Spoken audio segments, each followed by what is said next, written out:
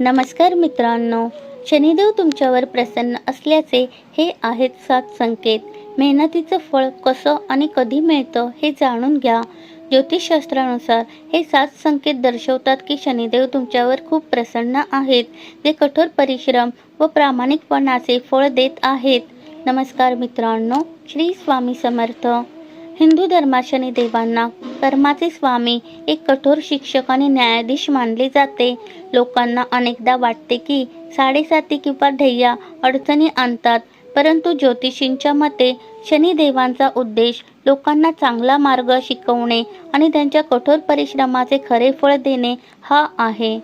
शनिदेव कठोर परिश्रम आणि प्रामाणिकपणाचे फळ केव्हा देतात हे तुम्हाला माहिती आहे का? शनिदेवांचे आशीर्वाद दीर्घकालीन यश, स्थिरता आणि ज्ञान कसे देतात? शनिदेवांच्या आशीर्वादाचे हे 7 संकेत कोणते आहेत हे जाणून घ्या आजच्या व्हिडिओच्या माध्यमातून. कठोर परिश्रम आणि नियमांचे फळ. कठीण परिस्थितीतही शांत राहून नियमांचे पालन करणाऱ्यांना शनिदेव फळ देतात.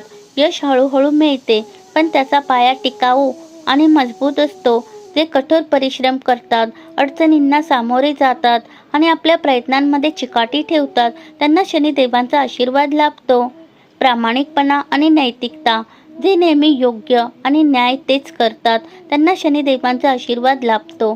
ते खोटे बोलत नाहीत, फसवणूक करत नाहीत किंवा शॉर्टकट घेत नाहीत. योग्य निर्णय घेणे आणि कठीण काळातही प्रामाणिकपणा टिकवून ठेवणे हे शनिदेवांच्या आशीर्वादाची प्रमुख चिन्हे आहेत. आयुष्यातून धडा शिकणे.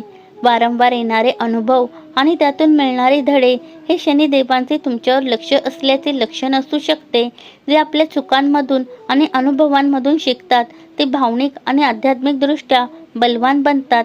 कठीण परिस्थितीतही दृढ राहणाऱ्यांना शनिदेवांचा आशीर्वाद लाभतो. इतरांना मदत आणि नम्रता. ज्यांच्यामध्ये इतरांना मदत करण्याची आणि गरजूंप्रती उदारता दाखवण्याची प्रवृत्ती असते, ते शनिदेवांना प्रिय असतात. गरीब, प्राणी आणि गरजूंची सेवा करणे हे शनिदेवांच्या आशीर्वादाचे लक्षण मानले जाते. संयम आणि विलंबाचे महत्त्व. कधीकधी गोष्टींना विलंब करणे फायदेशीर ठरते.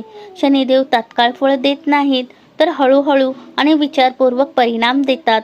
ही संत प्रक्रिया चिरस्थायी आणि दीर्घकालीन यश सुनिश्चित करते. शनिदेवांची उपासना. जे शनिदेवांची उपासना करतात, ते शनिवारी विशेष प्रार्थना करतात आणि हनुमानांची पूजा करतात. नियमांचे पालन करतात, नम्रता बाळगतात आणि इतरांना मदत करतात. त्यांच्यावर शनिदेवांचा आशीर्वाद कायम राहतो. धन्यवाद.